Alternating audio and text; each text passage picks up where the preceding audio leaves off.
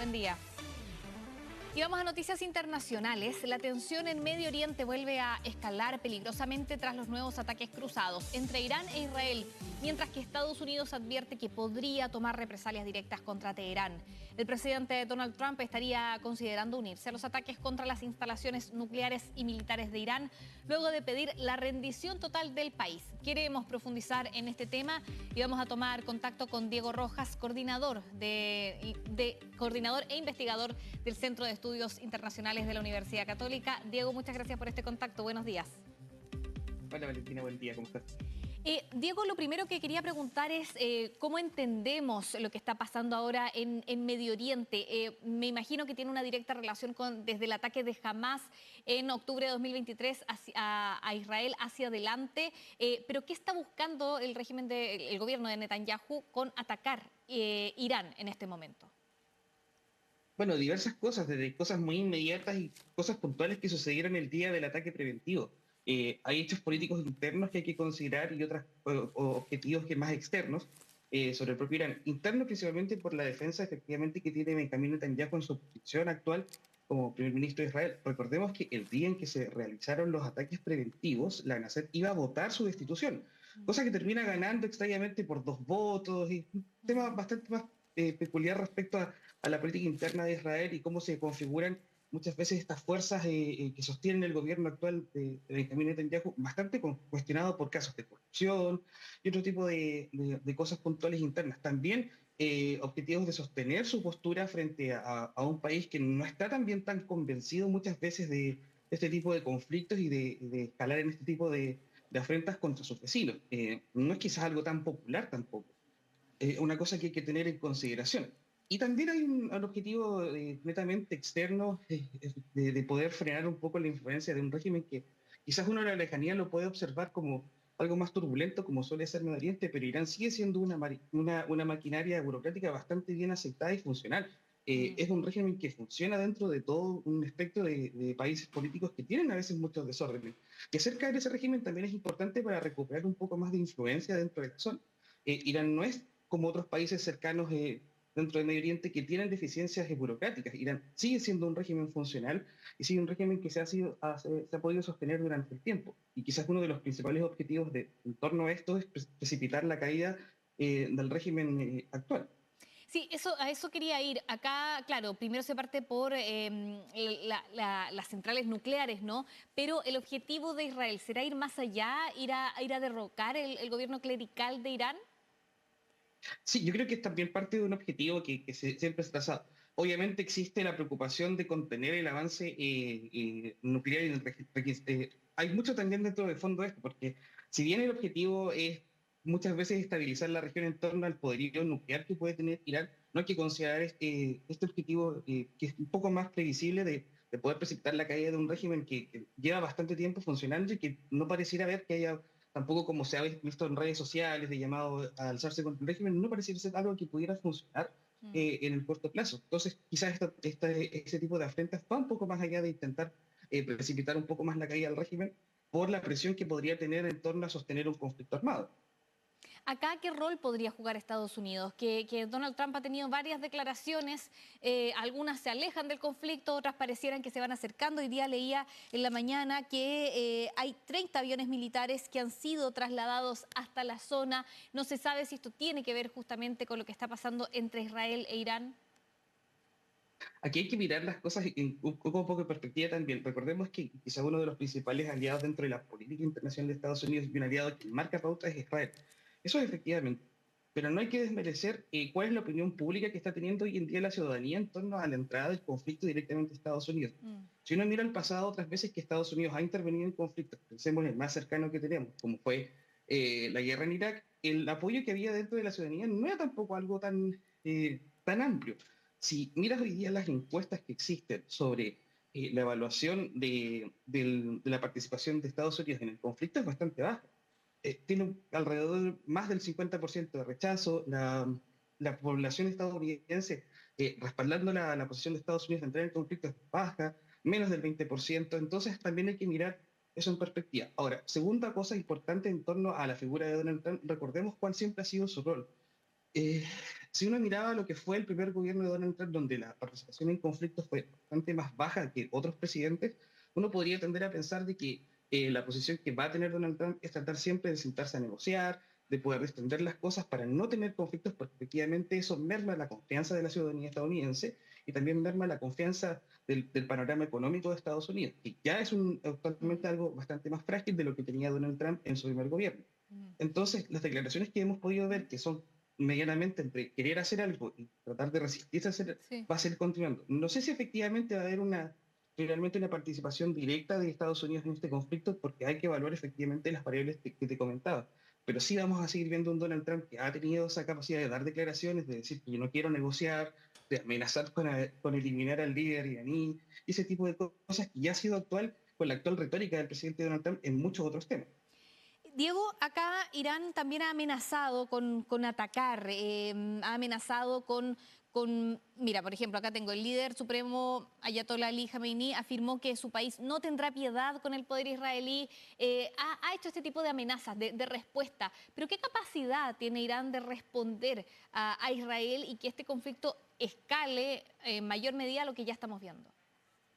Bastante, porque recordemos que, como te comentaba al principio, ¿no? Quizás como están tan lejano a la región, Irán no es un país que pudiera entenderse como precario en torno a su funcionamiento burocrático. Su ejército funciona bastante bien, su nivel de centralización de toma de decisiones de políticas también.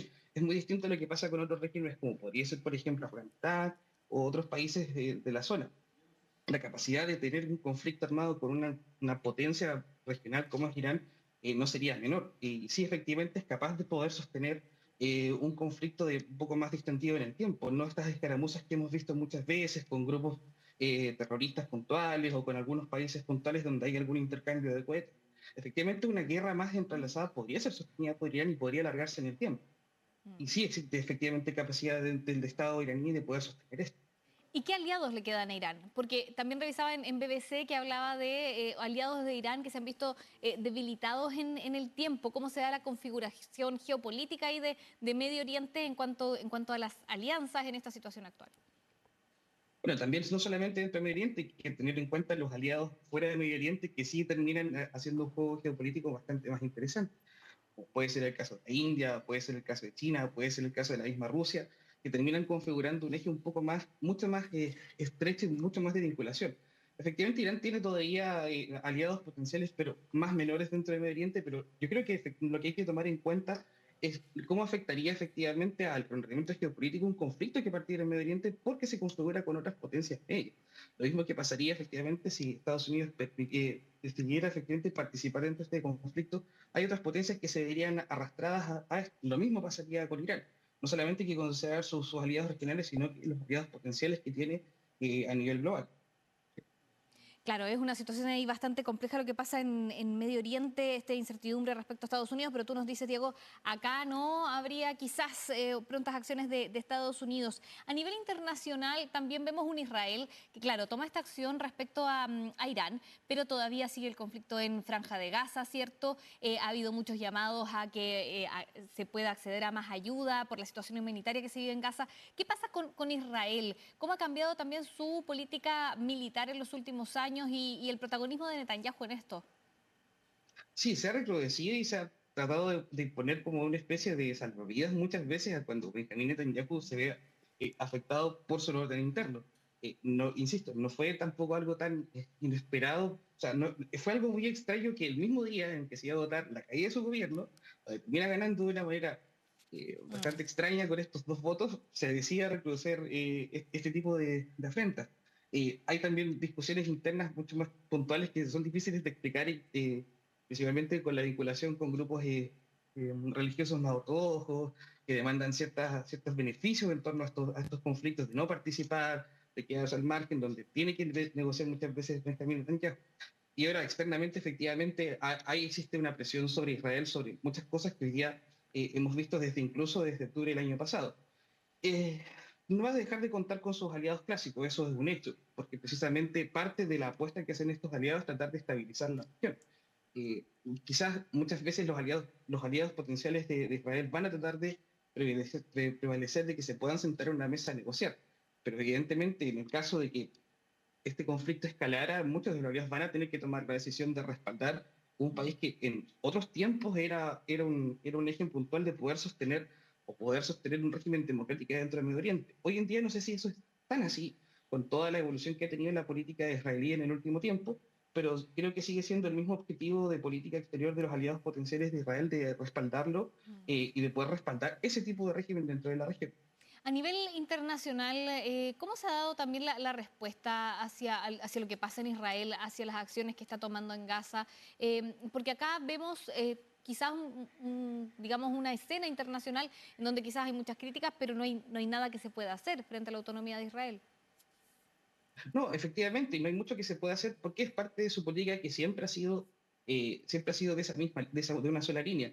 Efectivamente, ha habido reconocimientos porque efectivamente hay siempre un intercambio de lado y lado. No es algo que podamos pensar que es unilateral, de lado y lado. No es simplemente que Hamas o Irán ataquen a Israel. Efectivamente, siempre ha existido estos intercambios y en la medida que efectivamente los países consideren que esto también es funcional para el sostenimiento del equilibrio del Medio Oriente, va a haber condenas por un lado, va a haber apoyos por el otro.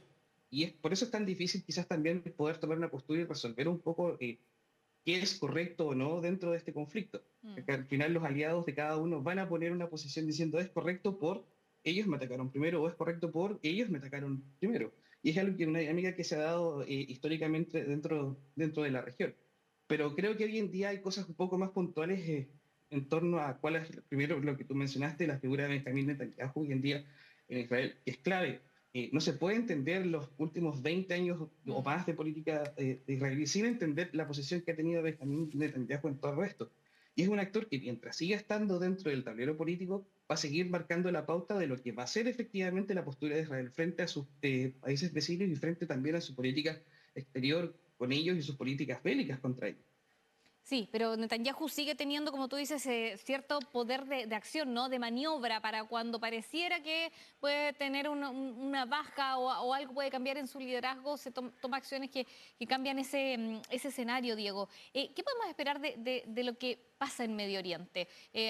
Pareciera que este ataque de Hamas vino a cambiar lo que ocurre y es el puntapié inicial. No sé si esa es la lectura que hay que tener, que ese ataque del 7 de octubre del 2023 es lo que genera todo lo que hemos visto hasta el día de hoy. Creo que viene a recrudecer algo que ya existía. Esa Mm. crisis ya estaba puesta efectivamente desde hace bastante más tiempo y es una crisis más profunda.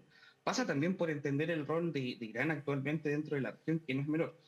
Mientras sigue siendo una potencia que puede desarrollar un programa nuclear y desestabilizar la región, que efectivamente Israel, al tener este apoyo y tener poderío nuclear, tiene una capacidad de balancear muchas veces el tablero, mientras siga teniendo esa amenaza latente, es muy difícil que esto cambie. Y por eso quizás es el objetivo de los países occidentales de poder frenar muchas veces el programa nuclear de Irán. Que Mm. hay dimes y diretes también en cuanto de a qué se trata. Irán se adhiere al pacto de no proliferación de armas nucleares, pero necesita enriquecer uranio por temas energéticos, por lo que sea.